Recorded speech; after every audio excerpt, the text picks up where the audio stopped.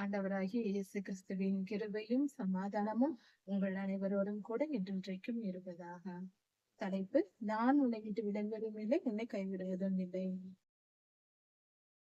எரேமியா 2ஆம் அதிகாரம் 1ஆம் வசனம் முதல் 8ஆம் வசனம் வரை. கர்த்தர் மிகுந்த வேதனையோடு இஸ்ரவேலரோடு, அதாவது தம்முடைய ஜனங்களோடு, அந்த காலத்தில் இருந்தவர்களோடு கர்த்தர் பேசினார். அது இந்த காலத்தில் இருப்பவர்களுக்கும் பொருந்தும். கர்த்தர் தம்முடைய ஜனங்களோடு பேசுகிற வார்த்தை, அவர் கேட்கிற சில கேள்விகள், அவருடைய மன குமுறல், அதை நமக்கு இங்கு வெளிப்படுத்தி இருக்கிறார். இது முழுவதும் கர்த்தருடைய இருதயத்தின் வேதனையில் இருந்து புறப்பட்ட வார்த்தைகளாய் இருக்கிறது. கர்த்தரை நாம் மிகவும் வேதனைப்படுத்தி இருக்கிறோம். எந்த காரியத்தில் என்ன செய்தோம்? எதனால் கர்த்தர் வேதனைப்பட்டு இப்படிப்பட்ட கேள்விகளை கேட்டார் மனிதனை நோக்கி? அந்த காலத்தில் இஸ்ரவேலரை, எருசலேமின் குடிகளை பார்த்து கேட்ட கேள்வி, இன்றும் அவர்கள் செய்த அதே செயலை நாம் செய்து கொண்டிருக்கிறோம். அப்படியானால் அதே வேதனையை நாம் இன்றும் கர்த்தருக்கு கொடுத்து கொண்டிருக்கிறோம். அப்படி என்ன தவறு செய்கிறோம்? கர்த்தருடைய ஜனங்கள், கர்த்தரை தெய்வமாய் கொண்டு அவரை வணங்கி துதிக்கிற நாம் என்ன தவறு செய்கிறோம்? அதை குறித்து நம்மிடம் பேசி இருக்கிற அந்த வார்த்தைகளை சற்று தியானித்துள்ளார். கர்த்தருடைய வார்த்தை எரேமியா தீர்க்கதரிசிக்கு உண்டானது. கர்த்தர் பேசுகிறார், நீ போய் என்னுடைய ஜனங்கள், அதாவது எருசலேமின் செவிகள் கேட்க போய் சொல்லு என்று சொல்லுகிறார். இது நமக்கும் பொருந்தும், இந்த காலத்தில் இருப்பவர்களுக்கும். கால வித்தியாசம் இல்லாமல் கர்த்தரிடத்திலிருந்து வருகிற செய்தியாயிருக்கிறது. நம்மை பார்த்து கர்த்தர் கேட்கிறார் தீர்க்கதரிசி மூலமாக. விதைக்காத இடத்தில், விளைச்சல் இல்லாத வனாந்தரத்தில் 40 வருடம் உங்களை நான் வழி நடத்தி வந்தேன். விதைக்கப்படாத இடத்தில், வனாந்தரத்தில் நீங்கள் வரும் பொழுது என் மேல் நீங்கள் வைத்திருந்த பக்தியையும், நீ வாழ்க்கைப்பட்ட போது என் மேல் நீங்கள் வைத்திருந்த நேசத்தையும் நான் அறிந்திருக்கிறேன் என்று கர்த்தர் சொல்லுகிறார். வாழ்க்கைப்பட்ட போது என்று சொல்லும் பொழுது, இஸ்ரவேலர்கள் ஒரு இளம் பெண் போல 430 வருடங்கள் கழித்து, அதாவது இஸ்ரவேல் என்னும் யாக்கோபையாவின் பிள்ளைகளாக அவர்கள் வம்சத்தில் ஆயிரக்கணக்கான மக்கள் பெருகிய பின்பு எகிப்தை விட்டு அவர்கள் புறப்பட்டு வருகிறார்கள். அதுதான் இள வயது என்று சொல்லப்படுகிறது. இஸ்ரவேல் தேசத்திற்கு அது இள வயது. அந்த நேரத்தில் கர்த்தருடைய வார்த்தையை நம்பி அநேக அற்புதங்கள், அடையாளங்களை கண்டார்கள். அவர்கள் எகிப்தில் பட்ட கொடுமையின் போது கர்த்தரை நோக்கி கூப்பிட்டார்கள். கர்த்தர் அவர்களை விடுவித்தார். மோசே ஐயாவை எழுப்பி அவர் மூலமாக அவரை பயன்படுத்தி கர்த்தர் அவர்களை எகிப்தை விட்டு அடிமைத்தனத்திலிருந்து விடுதலையாக்கி வனாந்தரத்தில் வழிநடத்தி வந்தார்.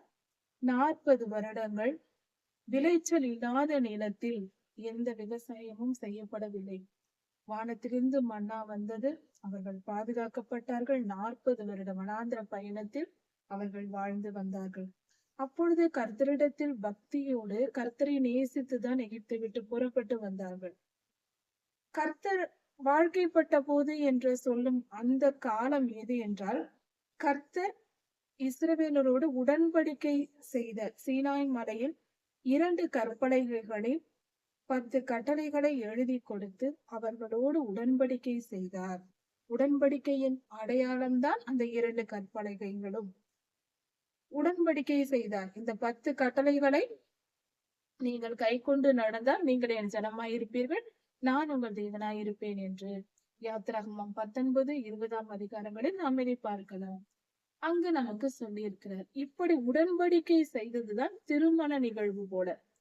ஒரு மணப்பெண்ணும் மணவாளனும் திருமணம் செய்யும் பொழுது அந்த திருமணம் எதற்கு ஒப்பாய் இருக்கிறது என்றால், திருமணத்திற்கு ஒப்பான செயல்தான் இந்த உடன்படிக்கை கொடுக்கப்பட்ட அந்த காலம். வாழ்க்கைப்பட்ட போது என்று சொல்லும் பொழுது இந்த காலத்தை குறிக்கிறது. சீனாய் மலையில் 10 கட்டளைகளை இஸ்ரவேல் ஜனங்கள் பெற்றுக்கொண்ட போது கர்த்தரிடத்தில் அவர்கள் யாத்திராகமம் 19ஆம் அதிகாரத்தை வாசித்து பார்க்கும் பொழுது, உங்களுடைய வார்த்தைகளுக்கு செவி கொடுப்போம், உமது கற்பனைகளையும் கட்டளைகளையும் கை கொண்டு மீறாமல் நடப்போம் என்று கர்த்தரோடு ஜனங்களும் உடன்படிக்கை செய்கிறார்கள். கர்த்தரும் அதை ஏற்றுக்கொண்டு அவர்களோடு நான் உங்கள் தேவனாயிருப்பேன் என்று உடன்படிக்கை செய்கிறார். இந்த சம்பவம் நடந்த காலம்தான் வாழ்க்கைப்பட்ட காலம். அப்பொழுது அவர்கள் கர்த்தரிடத்தில் பயபக்தியாய் இருந்தார்கள். கர்த்தரிடத்தில் மிகவும் சந்தோஷமாக இருந்தார். இப்படி இஸ்ரவேலர்கள் கர்த்தரை நம்பி எகிப்தை விட்டு புறப்பட்டு வந்தார்கள். வனாந்திர பயணத்திலும் கர்த்தரை நோக்கி அவருக்கு கீழ்ப்படிந்து எப்பொழுதெல்லாம் ஆசரிப்பு கூடாரத்தின் மேல் இருக்கிற கர்த்தருடைய மகிமை எழும்புகிறதோ அப்பொழுதெல்லாம் இவர்கள் புறப்பட்டு நடக்க தொடங்கினார்கள். எப்பொழுதெல்லாம் கர்த்தருடைய மகிமை ஆசரிப்பு கூடாரத்தின் மேல் தங்குகிறதோ அப்பொழுதெல்லாம் இவர்கள் தங்கினார்கள். பகலில் மேக ஸ்தம்பமாகவும் இரவில் அக்னி ஸ்தம்பமாகவும் கர்த்தர் அவர்களை பாதுகாத்தார். வானத்து மன்னாவை கொடுத்தார். எல்லாவித சகல வசதிகளையும் அவர்களுக்கு செய்து கொடுத்து பாதுகாத்து வழி நடத்தினார். அப்பொழுது ஜனங்கள் கர்த்தரிடத்தில் மிகவும் மன மகிழ்ச்சியாய் இருந்தார்கள். இஸ்ரவேலர்கள் கர்த்தரிடத்தில் அன்பாய் இருந்தார்கள். அதை நான் நினைத்திருக்கிறேன் என்று கர்த்தர் சொல்லுகிறார். அதையெல்லாம் நான் நினைத்துக் கொண்டிருக்கிறேன். என் மீது நீங்கள் எவ்வளவு அன்பாய் இருந்தீர்கள், எனக்கு எப்படி கீழ்ப்படைந்திருந்தீர்கள் என்று நான் நினைத்திருக்கிறேன் என்று சொல்லுகிறார். கர்த்தர் எவ்வளவு நல்லவர். 1000 ஆண்டுகளுக்கு பின்பு அன்று நடந்ததை கர்த்தர் சொல்லுகிறார். எல்லாவற்றையும் அவர் கவனிக்கிற தேவனாகவும் நினைவில் வைத்திருக்கிற தேவனாகவும் இருக்கிறார். அவர் மிகவும் நல்லவர். அதை நான் நினைத்து பார்க்கிறேன் என்று சொல்லுகிறார். அப்படி இருந்த அந்த காலத்தை நினைவு கூர்ந்து சந்தோஷப்படுகிறார் கர்த்தர். அதன் பின்பு சொல்லுகிறார், இஸ்ரவேல் கர்த்தருக்கு பரிசுத்தமும் அவருடைய முதற் பலனுமாய் இருந்தது. விளைவின் முதற் பலனாக இந்த மனித குலத்தை படைத்ததிலிருந்து அதில் ஒரு முதற் பலனாக இஸ்ரவேலர்கள் கர்த்தருக்கு இருந்தார்கள். கர்த்தரை பின்பற்றுகிற ஜனமாக உலகெங்கும் ஜனங்கள் இருந்தார்கள். ஆனால் எல்லாம் பொல்லாப்பில் நிறைந்தவர்களாய் இருந்தார்கள். ஆபிரகாம் ஐயாவின் வம்சத்தில் தோன்றின இஸ்ரவேலர்களும் பரிசுத்தமாய் இருந்தார்கள். அதை தான் கர்த்தர் சொல்லுகிறார். இஸ்ரவேல் தேசம், அதாவது நீங்கள் இஸ்ரவேலர்கள் என்று நம்மை பார்த்து சொல்லுகிறார். கர்த்தருடைய ஜனங்கள் கர்த்தருக்கு பரிசுத்தமாகவும் கர்த்தருக்கென்று தெரிந்து கொள்ளப்பட்டவர்களாகவும் கர்த்தருடைய விளைவின் முதற் பலனாகவும் அவருக்கு ஒரு முதல் பலன் போலவும் இஸ்ரவேலர்கள் இருந்தார்கள். அதை பட்சித்த யாவரும் குற்றவாளிகளானார்கள். இப்படி கர்த்தருக்கென்று தெரிந்து கொள்ளப்பட்ட ஜனங்கள் மேல் யாராவது வந்து தீமை செய்து அவர்களை கொன்று போட்டால், அவர்களுக்கு துன்பம் விளைவித்தால், அவர்கள் எல்லாம் குற்றவாளிகள் என்று கர்த்தர் நியாயம் தீர்த்தார். என் ஜனத்தின் மேலா நீ கை வைக்கிறாய், உன்னை விடுவேனா என்று கர்த்தர் அவர்களை தண்டிக்கிறார். இது எப்பொழுதும் நடக்கிற காரியம். கர்த்தருடைய ஜனங்கள் மேல் கை வைத்தவர்களை அவர் சும்மா விட்டதே இல்லை, விட போவதும் இல்லை. இப்படி அவர் சொல்லுகிறார், என் ஜனத்தை பட்சித்த எல்லாரும் குற்றவாளிகள் ஆனார்கள், அப்படியாக நான் பாதுகாத்து வைத்திருக்கிறேன் என்று சொல்லுகிறார். அப்படி என் ஜனங்களை பட்சித்தவர்களுக்கு பொல்லாப்பு வந்தது. அவர்கள் மேல் பொல்லாத ஆவிகள் வந்து, அதாவது அவர்கள் மேல் சாத்தான் அதிகாரம் பெற்றுக்கொண்டான். அவர்கள் தீமையை அனுபவித்து துன்பப்பட்டார்கள். கர்த்தருடைய ஜனத்தின் மேல் கை வைக்க கூடாது. கர்த்தருடைய ஜனத்திற்கு தீங்கு நினைத்தால் அது அவர்களுக்கே அந்த தீங்கு நேரிடும் என்பதை கர்த்தர் இந்த இடத்தில் சொல்லுகிறார். இப்படிதான் நடந்தது ஆதியிலும். இப்படியெல்லாம் இருந்தது. பழைய கால நினைவுகளை கர்த்தர் பகிர்ந்து கொள்ளுகிறார் எரேமியா தீர்க்கதரிசியின் இடத்தில். யாக்கோபின் குடும்பத்தாரே, இஸ்ரவேல் குடும்பங்களின் வம்சங்களே, நீங்கள் எல்லாரும் கர்த்தருடைய வார்த்தையை கேளுங்கள். இஸ்ரவேல் குடும்பத்தின் வம்சங்களே, நீங்கள் எல்லாரும் என்னுடைய வார்த்தையை கேளுங்கள். உங்களை எகிப்து தேசத்திலிருந்து வர பண்ணினவரும் வரும் வழியில் வனாந்திரமாய் இருந்தது. அந்த வனாந்திரத்திலும் அவாந்திர வெளி, ஒரு மரம் செடி கூட இல்லாத அவாந்திர வெளியாய் இருந்தது. வெறும் மணல் காடாய் இருந்தது, ஒன்றும் இல்லாமல் இருந்தது. அப்படிப்பட்ட இடங்களில் எல்லாம் வழி நடத்தி வந்தவரும் பள்ளங்களுள்ள தேசமாய் இருந்தது. மேடு பள்ளங்கள் நிறைந்த இடம், வறட்சியான நிலங்கள் இருந்தது, வறண்ட பூமியாய் இருந்தது, மரண இருள் சூழ்ந்திருந்த இடங்களாய் இருந்தது, ஒரு மனிதனும் கடந்து போக முடியாத இடமாக இருந்தது. ஒரு மனிதர்களும் அந்த வழியாக போக கூட முடியாது என்ற நிலையில் ஒரு மோசமான வழியாய் இருந்தது. அப்படிப்பட்ட இடத்தின் வழியாகவும் ஒரு மனுஷனும் குடியிருக்கவில்லை. மனிதர்கள் தங்கி இருக்க ஏதுவல்லாத நிலமாய் இருந்தது. அப்படிப்பட்ட இடங்களில் எல்லாம் வழி நடத்தி வந்தவர் எங்கள் தேவன். இப்படிப்பட்ட சூழ்நிலையில் எகிப்திலிருந்து இஸ்ரவேலர்கள் வழி நடத்தி வரப்பட்டார்கள். வந்த இடம் பள்ளம், மேடு, இருள், வறட்சி, எல்லாவித, அதாவது மனிதர்கள் தங்குவதற்கோ நடந்து செல்வதற்கோ ஏற்ற இடமாய் இல்லாமல் இருந்தது. அப்படிப்பட்ட இடத்தின் வழியாய் எங்களை வழிநடத்தி வந்த தேவன் எங்கே என்று, அப்படி எங்களை வழிநடத்தி வந்த கர்த்தர் எங்கே என்று உங்கள் பிதாக்கள் என்னை பார்த்து கேட்கவில்லை. இப்படிப்பட்ட இடத்திலெல்லாம் இத்தனை பாடுகள் பட்டு இத்தனை துன்பங்களின் வழியாய் இவ்வளவு மோசமான வழியில் நல்ல விதமாக வழிநடத்தி வந்த கர்த்தரை உங்கள் பிதாக்கள் யார் எங்களை வழிநடத்தி வந்தார் என்று கேட்கவில்லை என்று சொல்லப்படுகிறது. இதன் பொருள், இஸ்ரவேலர்கள் புறப்பட்டு வந்த காலத்தில் இருந்த இஸ்ரவேலர்கள் எல்லோரும் அவர்கள் கானானுக்குள் பிரவேசித்த பின்பு, பிரவேசித்து கொஞ்ச காலம் ஆனதும் அவர்கள் கடந்த காலத்தில் நாம் எங்கிருந்து வந்தோம், நம் முன்னோர்கள், நம்முடைய பெற்றோர்கள், நம்முடைய தாத்தா பாட்டி, நம் முன்னோர்கள் எங்கே இருந்து வந்தார்கள், இப்படிப்பட்ட சூழ்நிலையின் வழியாக கர்த்தர் வனாந்தரத்தில் நடத்தி வந்தார் அல்லவா, அவர் யார், அந்த தெய்வம் யார் என்று என்னை பார்த்து கேட்கவில்லை, என்னிடம் வரவில்லை. முன்னோர்கள் கேட்டு தெரிந்து கொள்ளவில்லை. நம்மை வழிநடத்தி வந்த தெய்வம் இத்தனை காலம் இருளின் மத்தியில், வேதனையின் மத்தியில், எகிப்தில் இருந்து, அடிமைத்தனத்திலிருந்து நம்மை விடுவித்து காப்பாற்றி கொண்டு வந்த தெய்வம் யார் என்று உங்கள் பிதாக்கள் கேட்டு தெரிந்து கொள்ளவில்லை. அப்படி கேட்காமல் அவர்கள் என்ன செய்தார்கள்? என்னை விட்டு தூரமாய் போய், என்னை விட்டு விலகி போய்விட்டார்கள். தூரமாய் போய் வீணானவைகளை பின்பற்றி, மாயையை பின்பற்றி, வீணரான மனிதர்களின் பேச்சை கேட்டு வீணாய் போனார்கள், பிரயோஜனமற்றவர்களாய் போய்விட்டார்கள். இப்படி போவதற்கு என்னிடத்தில் என்ன குற்றத்தை கண்டுபிடித்தார்கள் என்று கர்த்தர் கேட்கிறார். என்னிடத்தில் என்ன குற்றத்தை கண்டுபிடித்து என்னை விட்டு நீங்கள் விலகி போனீர்கள்? என்னிடத்தில் என்ன குற்றம் உங்களுக்கு தெரிந்தது, சொல்லுங்கள் பார்க்கலாம் என்று கேட்கிறார். நான் உங்களுக்கு என்ன குற்றம் செய்தேன்? நான் உங்களை இவ்வளவு துன்பத்தின் மத்தியிலும், வேதனையின் மத்தியிலும், இப்படிப்பட்ட காலத்தின் மத்தியிலும் நான் உங்களை வழிநடத்தி வந்திருக்கிறேன். என்னை யார் என்று கேட்டு தெரிந்து கொண்டு, நம்மை காப்பாற்றின தெய்வம் யார் என்று தெரிந்து கொண்டல்லவா அடுத்த சந்ததியினர் என்னை வணங்கி இருக்க வேண்டும், என்னை சேர்ந்து என்னிடத்தில் ஆசீர்வாதத்தை தொடர்ந்து பெற்றிருக்க வேண்டும், என்னை வணங்கி இருக்க வேண்டும், என்னோடு சேர்ந்து இருந்திருக்க வேண்டும், என் கட்டளைகளையும் கற்பனைகளையும் கை கொண்டிருக்க வேண்டும். 10 கட்டளைகளை எல்லாம் மறந்து போனார்கள், அதோடு முடிந்தது. யோசுவையாவின் காலத்திற்கு பின்பு நியாயப்பிரமாணம் 10 கட்டளைகளை கவனிப்பார் இல்லாமல் போயிற்று. இப்படி அநேகம் ஜனங்கள் விட்டு போய்விட்டார்கள். யாராவது ஒருவர் இருவர் எங்கேயோ இப்படிதான் கர்த்தருடைய வார்த்தையை கேட்டுக் கொண்டிருந்திருக்கிறார்கள். அநேகம் ஜனங்கள் விட்டு விட்டு போய்விட்டார்கள். அப்படியெல்லாம் நீங்கள் என்னை விட்டு போவதற்கு என்னிடத்தில் என்ன குற்றத்தை கண்டுபிடித்தீர்கள் என்று கர்த்தர் கேட்கிறார். இதன் பொருள் என்ன? நான் உங்கள் தெய்வம், உங்களை காப்பாற்றி இருக்கிறேன், இத்தனை தலைமுறையை உங்களை காத்து வருகிறேன். என்னை விட்டு போவதற்கு என்னிடத்தில் என்ன தவறை கண்டுபிடித்தீர்கள்?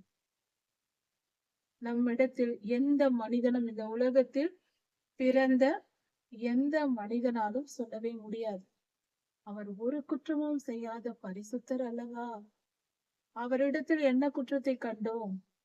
இந்த காலத்தில் வாழ்கிற நாமும் கூட இந்த தவறை செய்கிறோம். சற்று ஆராய்ந்து பார்ப்போம்.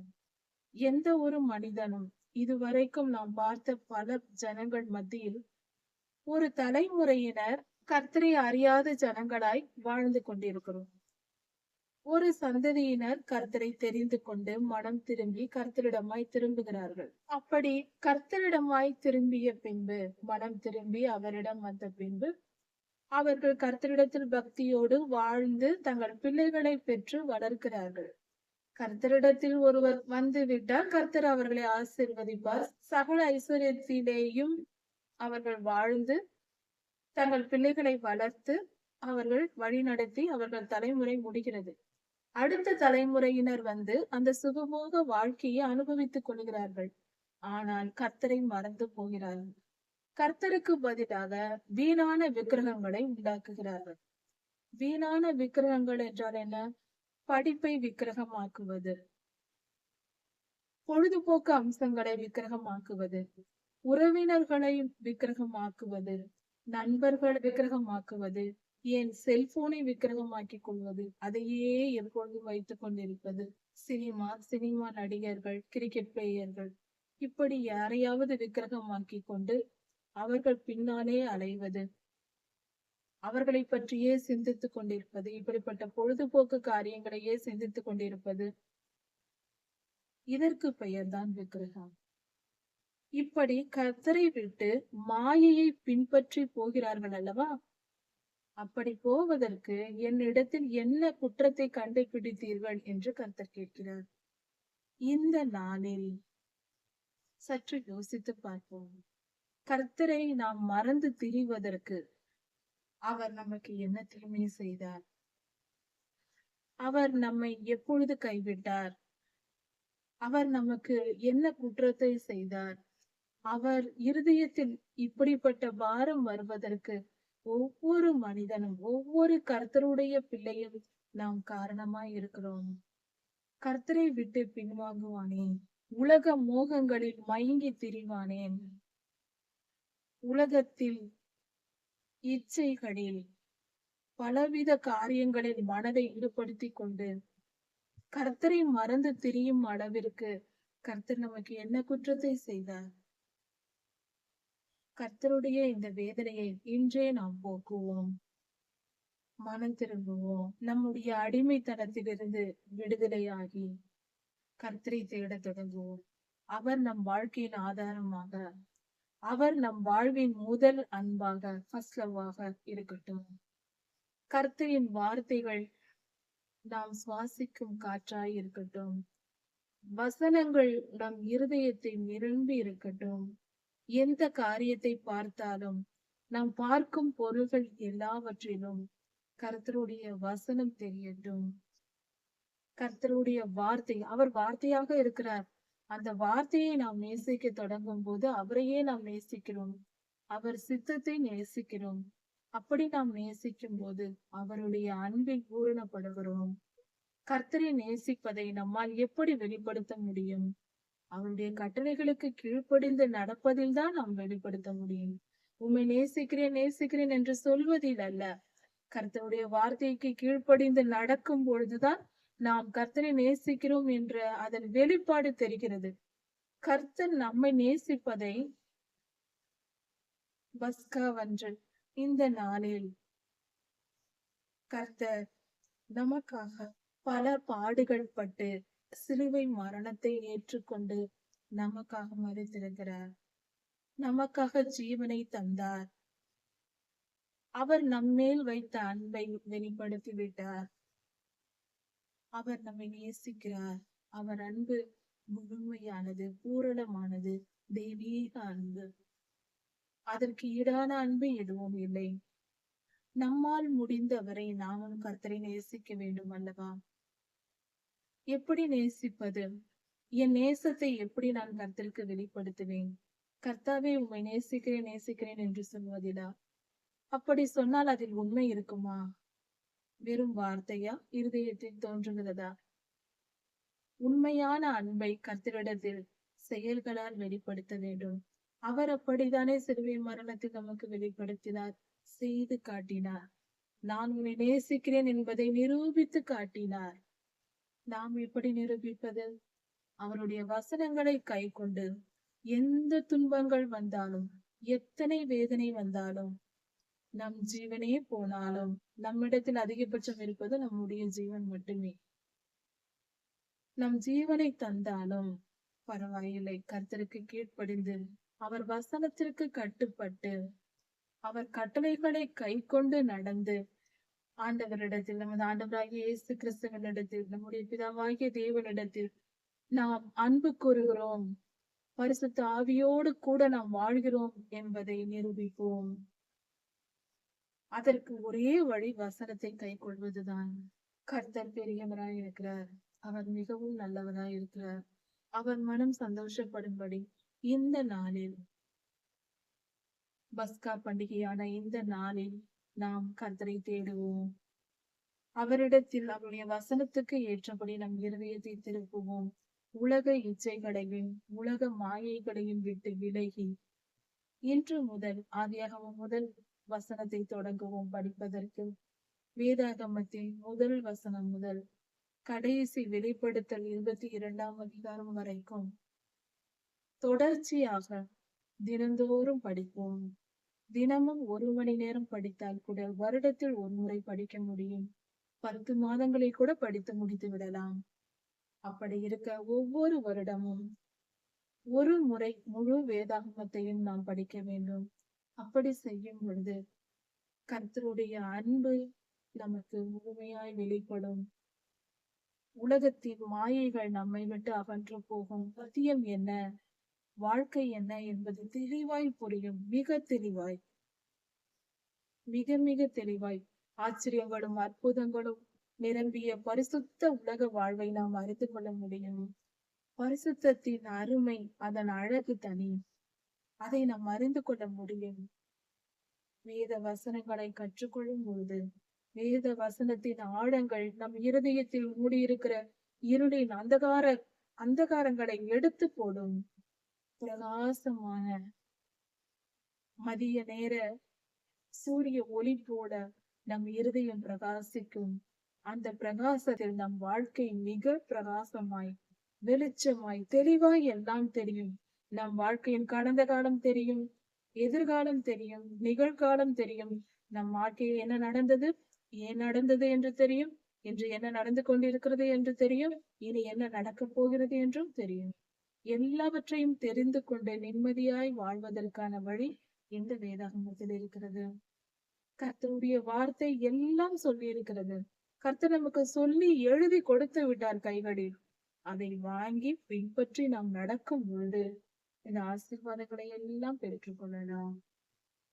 கர்த்தரை விட்டு பின்வாங்கி போனவர்கள் நாம், உலக இச்சைகளில் மூழ்கி இருக்கிறவர்கள் நாம் மனம் திரும்புவோம்.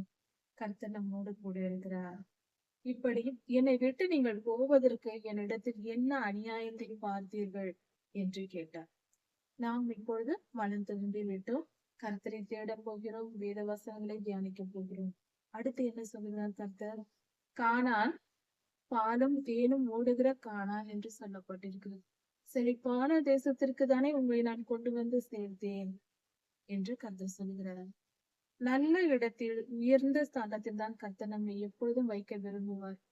நம்முடைய பிள்ளைகள் எப்பொழுதும் சிறந்த உணவை சாப்பிட வேண்டும், சிறந்த உடைகளை உடுத்த வேண்டும், அவர்கள் சிறப்பானவர்களாய் இருக்க வேண்டும் என்றுதான் நாம் எப்பொழுதும் விரும்புவோம். நம்மை விட அவர்கள் உயர்ந்த ஸ்தானத்தில் வாழ வேண்டும் என்றுதான் நாம் எப்பொழுதும் விரும்புவது வழக்கம் அல்லவா? எல்லாம் பெற்றோர்களும் என் பிள்ளை, என் பிள்ளை, என் பிள்ளை உயர்ந்த ஸ்தானத்தில் இருக்க வேண்டும், என்னை விட அதிகம் படிக்க வேண்டும், என்னை விட செல்வாக்காய் வாழ வேண்டும் என்றெல்லாம் நாம் ஆசைப்படுவோம். இது இயல்பு அல்லவா? மனிதர்களாகிய பொல்லாதவர்கள் நாம். தீய குணமுள்ள நமக்கே இவ்வளவு அன்பு இருந்தால் நம் பரம தகப்பன் நம்மை எப்பொழுதாவது தரையில் போட்டு மிதிக்க விரும்புவாரா? நம்மை தாழ்த்தி பார்க்க விரும்புவாரா? உயர்த்தி வைக்க அவர் உன்னதத்தில் இருக்கிறார். நம்மையும் அந்த இடத்திற்கு கூட்டி செல்லதான் ஆண்டவர் விரும்புகிறார். இவ்வுலக வாழ்க்கையிலேயும் இவ்வுலகத்தாரின் மத்தியிலும் நம்மை உயர்த்தி வைக்கதான் ஆண்டவர் விரும்புகிறார். நாம் தான் தகுதியற்றவர்களாய் கர்த்தரை விசுவாசிக்காமலும் அவர் சொல் கேளாமலும் தாழ்ந்த நிலையில் கிடக்கிறோம். கர்த்தர் நம்மை உயர்த்தவே விரும்புகிறார். அதை புரிந்து கொண்டு கர்த்தருக்கு செவி கொடுப்போம். நான் உங்களை பாலும் தேனும் ஓடுகிற கானானுக்குள் கொண்டு வந்தேன். செழிப்பான இடத்தை தான் நான் உங்களுக்கு கொடுத்தேன். ஆனால் நீங்கள் என்ன செய்தீர்கள்?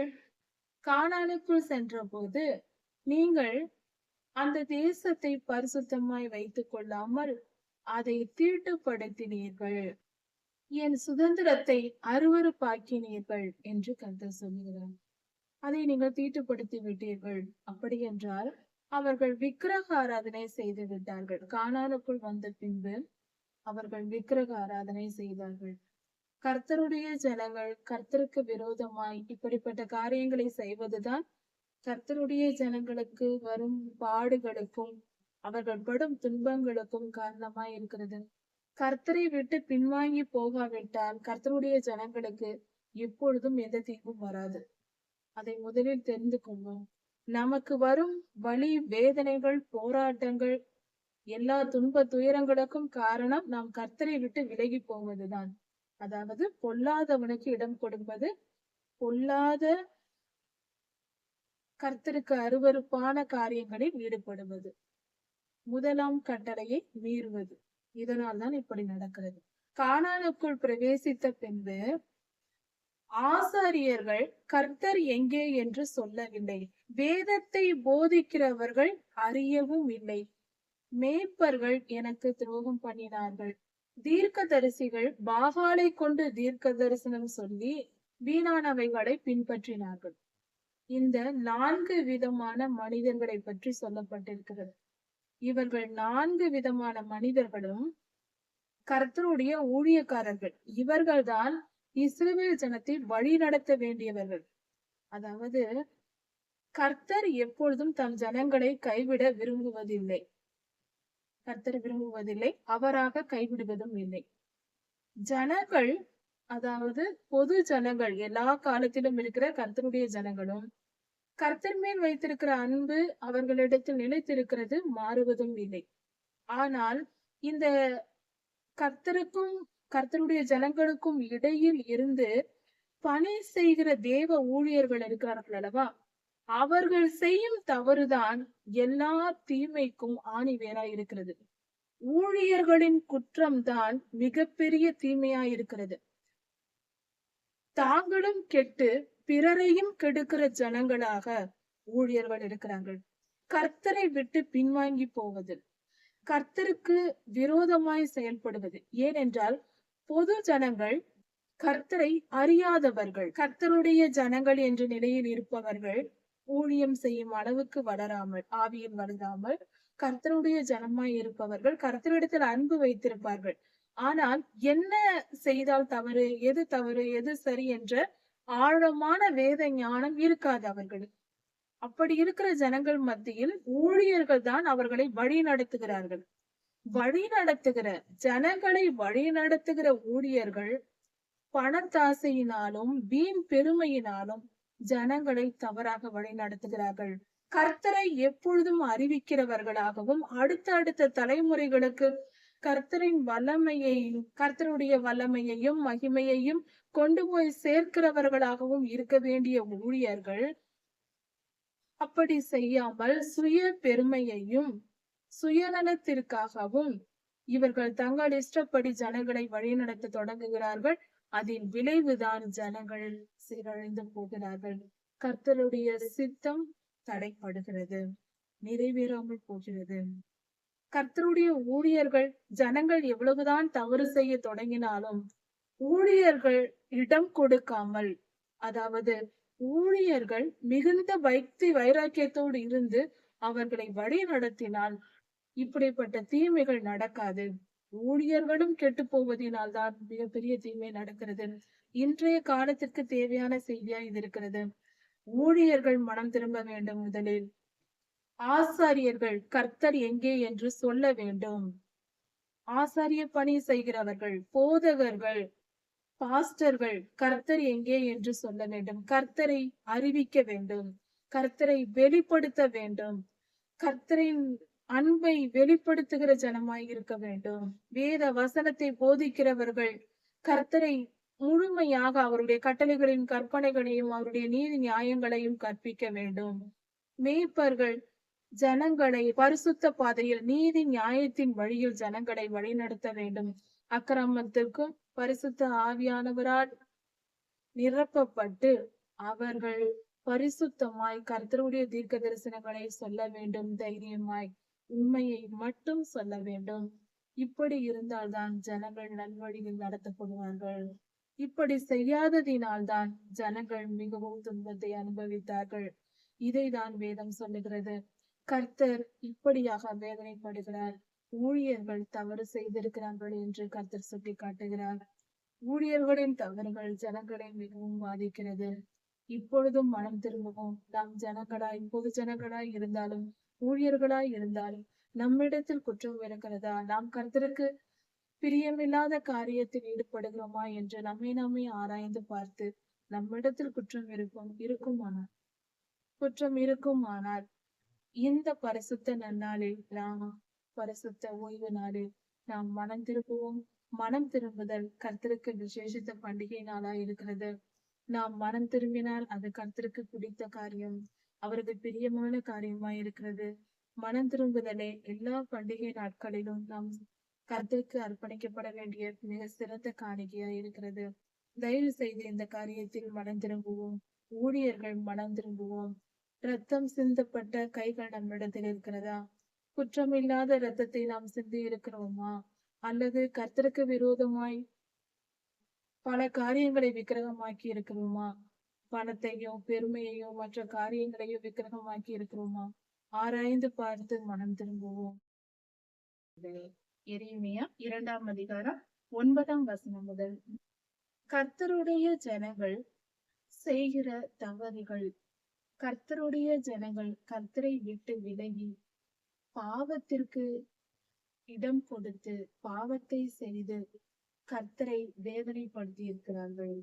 இஸ்ரவேலர்கள் அந்த காலத்தில் செய்த செயல் இன்று வரை ஆதாமின் பிள்ளைகளாக நாம் இருக்கிறோம். நம் முற்பிதாவாகிய ஆதாமின் பிள்ளைகளாய் நாம் இருக்கிறோம். அவர்கள் காலம் முதல் இன்று வரை கர்த்தரை வேதனைப்படுத்தக்கூடிய சந்ததியாய் இனமாய் மனித இனம் இருக்கிறது. இப்படி மனிதர்கள் பாவம் செய்து கொண்டிருந்த போது இஸ்ரவேலின் கோத்திரத்தை கர்த்தர் தெரிந்து கொண்டு அவர்களை தம்முடைய ஜனங்களாக ஏற்றுக்கொண்டார். அவர்களும் கர்த்தருக்கு விரோதமாய் பாவம் செய்தார்கள். அதை பார்த்து கர்த்தர் மன வேதனைப்பட்டு பேசுகிற வசனங்கள் இங்கு கொடுக்கப்பட்டிருக்கிறது. அவர் என்ன சொல்லுகிறார்? இஸ்ரவேலர்கள் செய்த தவறு என்ன? அதாவது இன்று வரை வாழ்ந்து கொண்டிருக்கிற ஒட்டு மொத்த கர்த்தருடைய பிள்ளைகள், ஆண்டவராகிய இயேசு கிறிஸ்துவை தொழுது கொள்ளுகிற கிறிஸ்தவர்கள் என்று சொல்லிக் கொள்கிற நாம் செய்கிற தவறு என்ன? அதை நிமித்தம் கர்த்தர் எவ்வளவு வேதனைப்படுகிறார் என்பதையும் நாம் தெரிந்து கொண்டு நாம் அந்த பாவங்களை விட்டு மனம் திரும்புவதற்கு இந்த வேத பகுதிகள் கொடுக்கப்பட்டிருக்கிறது. அன்று சொன்ன வார்த்தை இன்று நமக்கும் இன்றைய நாளில் இது நமக்கு பொருத்தமாய் இருக்கிறது. அதை குறித்து சற்று நாம் ஆராய்ந்து பார்ப்போம். இஸ்ரவேலர்கள் செய்த தவறுகள் என்னென்ன? ஆசாரியர்கள் கர்த்தரை ஜனங்களுக்கு சொல்லவில்லை. கர்த்தர் எங்கே என்று ஆசாரியர்கள் சொல்லாமலும் வேதத்தை போதிக்கிறவர்களே கர்த்தரை அறியாமல் இருக்கிறார்கள். பெயருக்கு வசனத்தை படிப்பது சொல்லுவது போன்ற ஒரு பொழுதுபோக்கு காரியம் போல, ஒரு கதை புத்தகம் படிப்பது போல கர்த்தரோடு தொடர்பில்லாதவர்களாய் கர்த்தரை அறியாதவர்களாய் இருக்கிறார்கள். வேத வசனத்தை வெறும் வார்த்தைகளை மட்டும் விளக்கம் கொடுக்கிறவர்களாக, கர்த்தருடைய ஆவியை பெற்று அதை கொடுக்க தெரியாதவர்களாக, மேய்ப்பர்கள் எனக்கு துரோகம் பண்ணினார்கள்.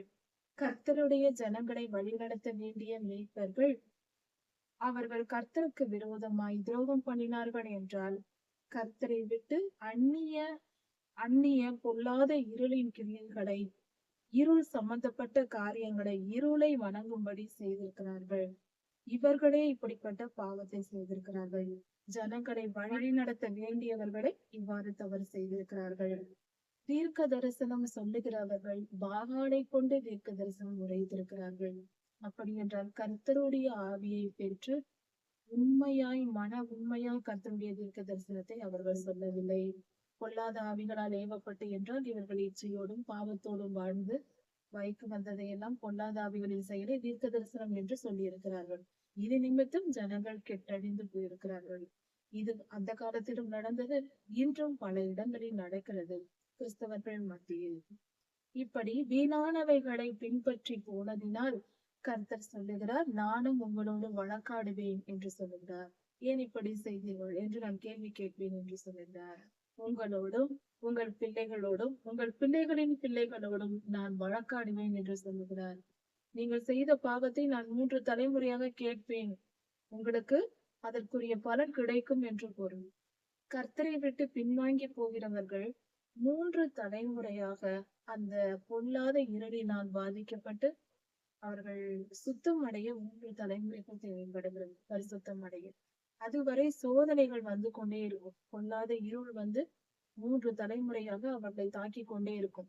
பரிசுத்தம் அடைய முடியும், பரிசுத்தமாய் வாழ முடியும், பரலோகத்திற்கும் செல்ல முடியும். இங்கு இருக்கும் வரை அந்த சோதனைகளை, இவர்கள் செய்த பாவத்தின் நிமித்தம் அவர்களுக்கும் அவர்கள் பிள்ளைகளுக்கும் அவர்கள் பேர பிள்ளைகள் 3 தலைமுறையாக அவர்கள் சோதனைகளை சந்திக்க வேண்டியிருக்கும். பொல்லாத துன்பங்கள் வந்து, இருளின் கிரியைகள், பொல்லாத ஆவிகள் வந்து அவர்களை துன்பப்படுத்தி சோதிக்கும். எல்லாவற்றையும் வெற்றி பெற்று வர வேண்டும். வாழ்க்கை கொஞ்சம் கடினமான பாதையா இருக்கும். நிம்மதியாய் சமாதான வாழ்வு இருக்கும் என்று சொல்ல முடியாது. 4ஆம் தலைமுறைக்கு பின்பு அந்த சமாதானம் நீங்கள் இப்படி தவறு செய்தீர்கள் அல்லவா? கர்த்தர் கேட்கிறார். ஜனங்களை நம்மை பார்த்து கேட்கிறார்.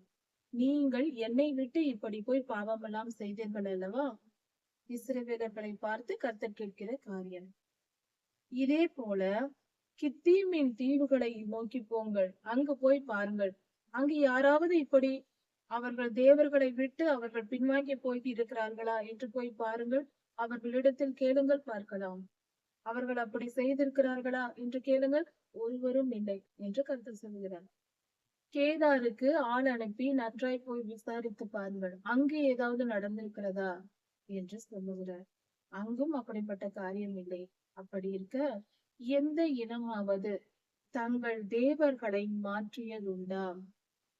அவர்கள் எந்த மாற்றத்தையும் செய்யவில்லை. அவர்கள் கூட அப்படி செய்வதில்லை. பொய்யையும் மாயையும் நம்பி இருக்கிறவர்கள் மாறுவதில்லை. அவர்கள் அப்படியே இருக்கிறார்கள். ஆனால் நீங்கள் இப்படி செய்வானேன் என்று கர்த்தர் சொல்லுகிறார். என் ஜனங்களோ வீணானவைகளுக்காக தங்கள் மகிமையை மாற்றினார்கள் என்று கர்த்தர் சொல்லுகிறார். வீணானவைகளுக்காக, ஒன்றிற்கும் உதவாத காரியங்களுக்காக, அதனால் எந்த பயனும் இல்லை, அதை போய் நம்பிக்கொண்டு திரிகிறார்களே என்று கர்த்தர் சொல்லுகிறார். என்னை விட்டு போயும் அதை நீங்கள் நம்பிக்கொண்டிருக்கிறீர்களே. உங்கள் நம்பிக்கை என் மேல் இல்லாமல் பொல்லாத காரியத்தில் இருக்கிறதே. பணம் என்னை காப்பாற்றும், அதிக பணம் சேர்க்க வேண்டும். படிப்பு என்னை காப்பாற்றும், அதையே நம்பி நான் வாழ்ந்து விடுவேன் என்று படிப்பை நம்பிக்கொண்டும், அதாவது எல்லாவற்றின் மேலும் நம்பிக்கை வேண்டும், எல்லாம் வேண்டும். ஆனால் அது மட்டும் போதும் என்று நினைத்தால் அது நடக்காது. எவ்வளவு விஞ்ஞானம் எழுந்த பொழுதுதான் விஞ்ஞான வளர்ச்சியினால் திளைத்திருக்கிறோம் என்று மனித இனம் கூப்பாடு போட்டுக் கொண்டு இருக்கிறது. ஆனால் அப்பொழுதுதான் கொரோனா வந்து கொள்ளை கொள்ளையாய் மனிதர்களை கொன்று அள்ளி கொண்டு போயிருக்கிறது, கொள்ளையடித்துக் கொண்டு போயிருக்கிறது, கொள்ளை நோய். இது எப்படி நடந்தது? இத்தனை விஞ்ஞான வளர்ச்சி இருக்கும் பொழுதுதான் இதுவும் நடந்திருக்கிறது. அதனால் விஞ்ஞானத்தை பெரிதாய் நினைப்பதோ, பணத்தையோ, பலத்தையோ, அறிவையோ எதையும் நினைத்து இருக்க கூடாது. எல்லாம் நமக்கு தேவைதான். அறிவு தேவை, படிப்பு தேவை, பணம் தேவை, எல்லாம் அது தேவைக்குரிய ஒரு பொருள்தான். தெய்வத்துக்கு ஈடாக எதையும் ஒப்பிட்டு பார்க்க கூடாது, ஒப்பிட்டு நினைக்க கூடாது, அந்த அளவுக்கு உயர்த்த கூடாது உலக காரியங்களை. உறவுகள் ஆகட்டும், பணம், அந்தஸ்து, படிப்பு, திறன், இவை ஏதோ ஆகட்டும், கர்த்தருக்கு நிகராக வரக்கூடாது. எந்த மனிதனையும் அந்த நிலையில் நாம் வைக்கக்கூடாது. எல்லா சூழ்நிலைகளிலேயும் எந்தவித ஆபத்துகளில் இருந்தும் காப்பாற்ற நம் ஆண்டவரால் மட்டும்தான் முடியும். எதுவும் கைவிடும், எந்த காரியமும் கைவிடும். மருத்துவத்தை நம்பலாம், மருத்துவம் நம்மை குணமாக்கும், பாதுகாக்கும், எல்லாம் செய்யும். ஆனால் ஒரு அளவுதான். மருத்துவத்தால் குணப்படுத்த முடியாத பல பிரச்சனைகள் உண்டு, பல வியாதிகள் உண்டு, வேதனைகள் உண்டு, எல்லாவற்றிற்கும் எல்லை உண்டு. ஆனால் கர்த்தர் தான் சர்வ வல்லமை உடையவர். எல்லா வல்லமைகளுக்கும் அளவு உண்டு. பணத்தினால் சாதிக்க முடியும் என்றால் அதற்கும் ஒரு எல்லை உண்டு. படிப்பினால் சாதிக்க முடியும் என்றால் அதற்கும் ஒரு எல்லை உண்டு. நாம் எதையும் விக்கிரகமாக்க கூடாது. கர்த்தரால் மட்டும்தான் எல்லாவற்றையும், எந்த அளவுக்கு எந்த துன்பம் வந்தாலும் அவைகளிலிருந்து விடுவிக்க சர்வ நன்றாக உணர்ந்து கொள்வோம். சர்வ வல்லமை. அப்படி என்றால் எல்லாவற்றையும் செய்யும் வல்லமை கர்த்தருக்கே உண்டு. அதனால் கர்த்தரையே நாம் முதலிடமாய் வைக்க வேண்டும் நம் வாழ்க்கையில். மற்ற எந்த காரியத்தையும் குறுக்கே வைக்க கூடாது. எதையும் நம்பி வாழக்கூடாது.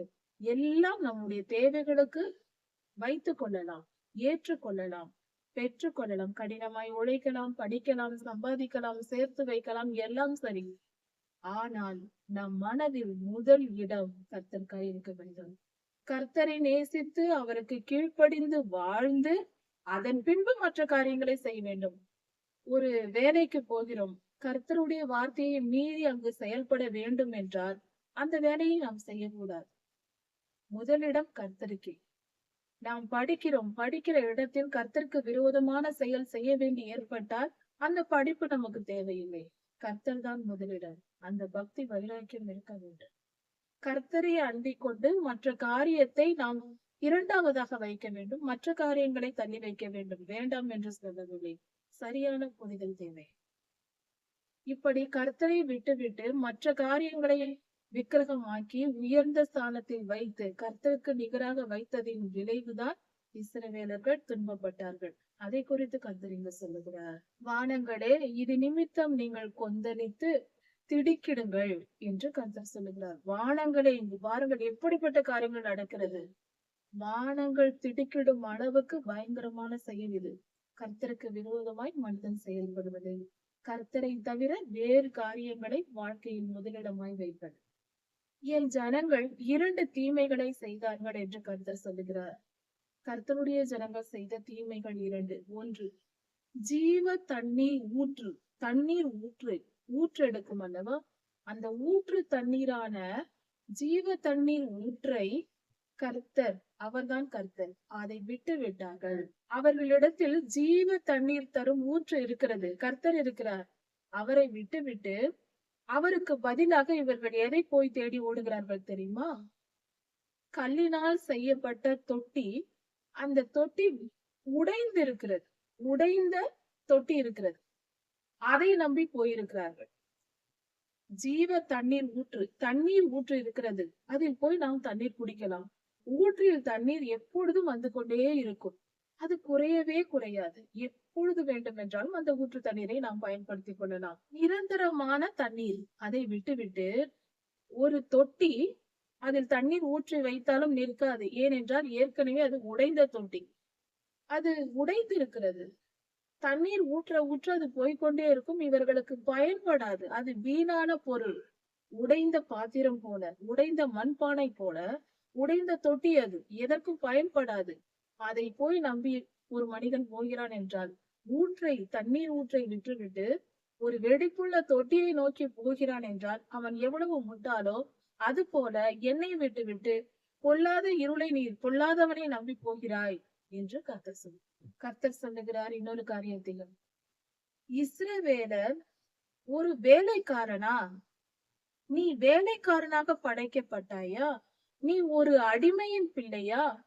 நீ அடிமையாக பிறந்தாயா? நீ பிறந்த வீட்டில் உன் தகப்பன் அடிமையா இருந்து அதனால் நீயும் அடிமையாக்கப்பட்டாயா? பிறந்தவுடனே அடிமையாய் இருக்கிறாயா என்று கர்த்தர் கேட்கிறார். கர்த்தர் தம்முடைய ஜனங்களை ராஜாக்களாகவும் ஆசாரியர்களாகவும் அபிஷேகம் பண்ணுகிறார். நம்மை அவர் வைத்து பார்க்கும் இடம் ராஜரீக அபிஷேகம். கிரீடம் தரிப்பித்து சிங்காசனத்தில் உட்கார வைத்து ராஜாவாக ராணியாக வைத்து பார்க்க ஆண்டவர் ஆசைப்படுகிறார்.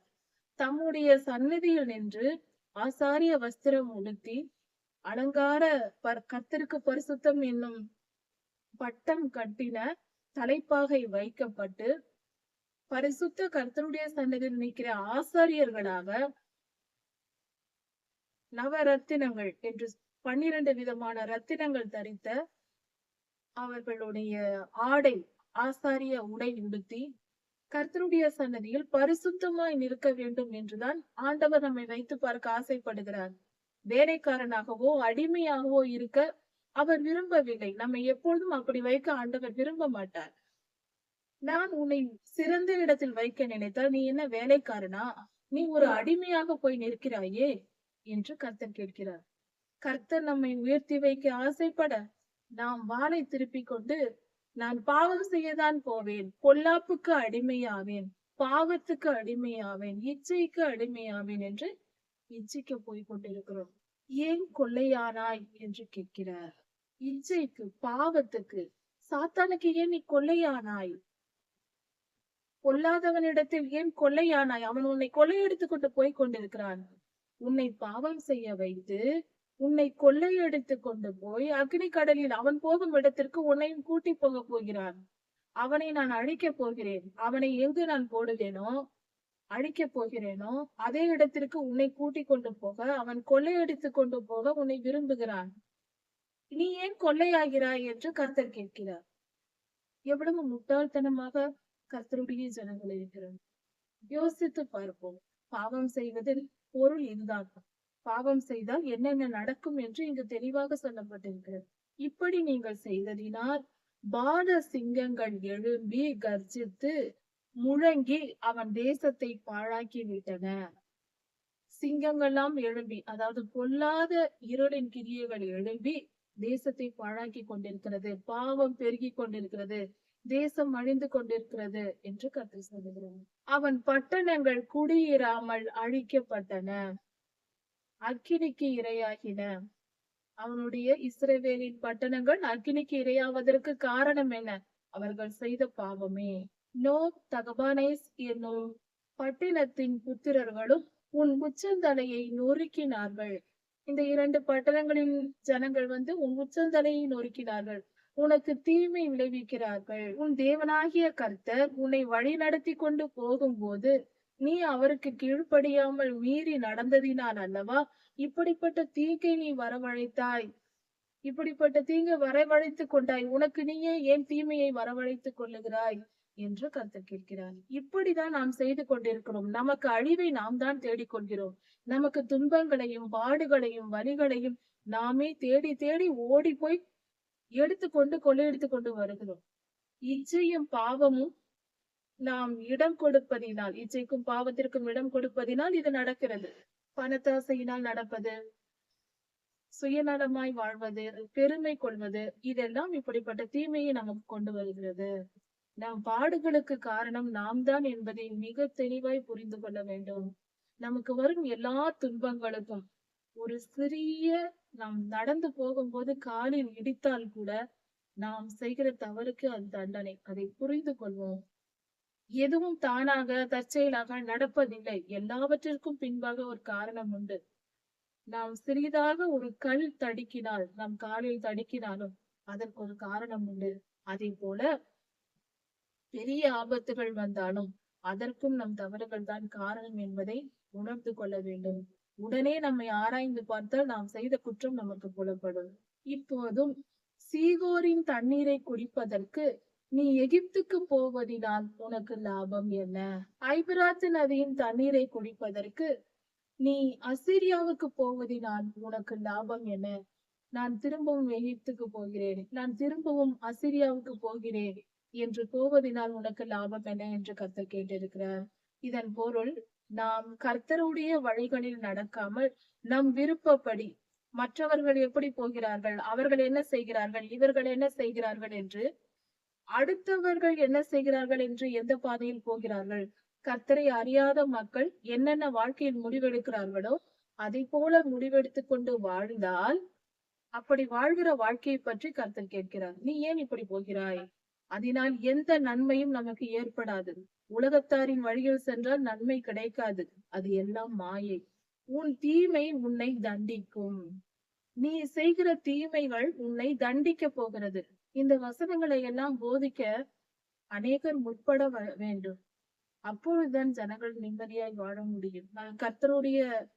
கர்த்தருக்கு பயப்படுகிற பயம் மனிதர்கள் மத்தியில் உருவாகும். நிச்சயம் இவைகள் தேவை. ஜனங்களுக்கு இவைகள் போதிக்கப்பட வேண்டும். தீமை உன்னை தண்டிக்கும். நீ செய்யும் தீமைகள் உனக்கு தண்டனையை கொண்டு வரும். உன் மாறுபாடுகள் உன்னை கண்டிக்கும். நீ மாறுபட்டு நடக்கிற காரியங்கள், பொய் பேசுவது, பிறரை ஏமாற்றுவது, தவறு செய்வது, கர்த்தருக்கு விரோதமாய் செயல்படுவது போன்ற காரியங்கள் உனக்கு பல துன்பங்களை கொண்டு வரும். அதை புரிந்து கொள். அவைகள் உன்னை தண்டிக்கும், தண்டனைகளை கொண்டு வரும் என்று கர்த்தர் சொல்லுகிறார். நீ உன் தேவனாகிய கர்த்தரை விடுகிறதும் அவரை விட்டு விலகி போவதும், என்னை பற்றும் பயம் உன்னிடத்தில் இல்லாமல் இருக்கிறதும். கர்த்தரை குறித்தான பயம் நமக்கு இருக்க வேண்டும். ஆனால் அப்படி இருப்பதே இல்லை. கர்த்தரை பற்றி பயப்படுகிறவர்கள் இல்லவே இல்லை. தேடி தேடி கண்டுபிடிக்க வேண்டும். எங்கேயாவது ஒரு சிலர் இருக்கலாம். அநேக மக்கள் கர்த்தருக்கு பயப்படுவதே கிடையாது. கர்த்தரை எப்பொழுதும் ஆசீர்வதித்துக் கொண்டு கையை நீட்டிக்கொண்டே இருப்பார் என்று நினைத்துக் கொண்டிருக்கிறார்கள். அல்ல, நம்முடைய செயல்களின் நிமித்தம் கர்த்தருக்கு கோபம் வரும். அவருடைய ஆசீர்வாத கரங்கள் அடிக்கவும் செய்யும். அவராக வந்து அடிக்க மாட்டார். அவர் ஆசீர்வாதத்தை கொடுப்பார்.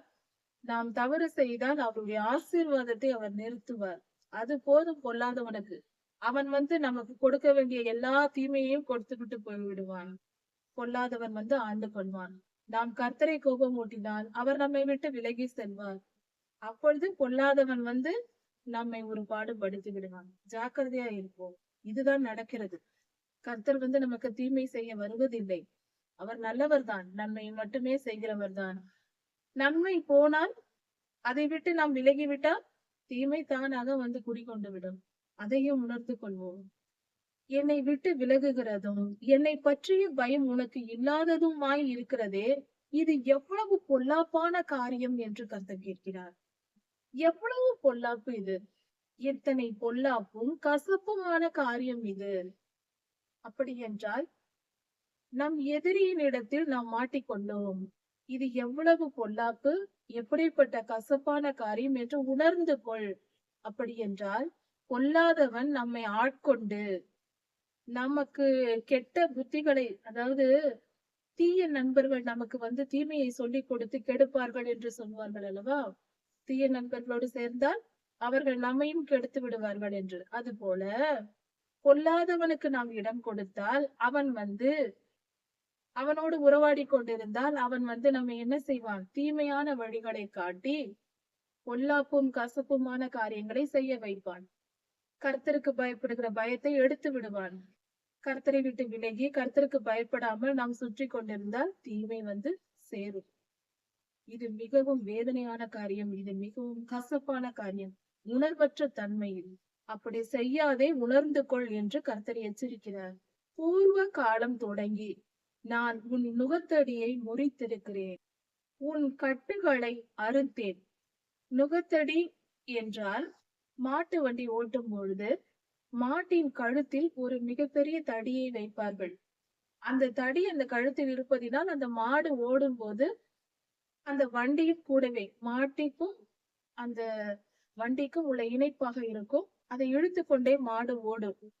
அந்த நுகத்தடி என்பது அந்த மாட்டிற்கு பாரமாய் இருக்கும்.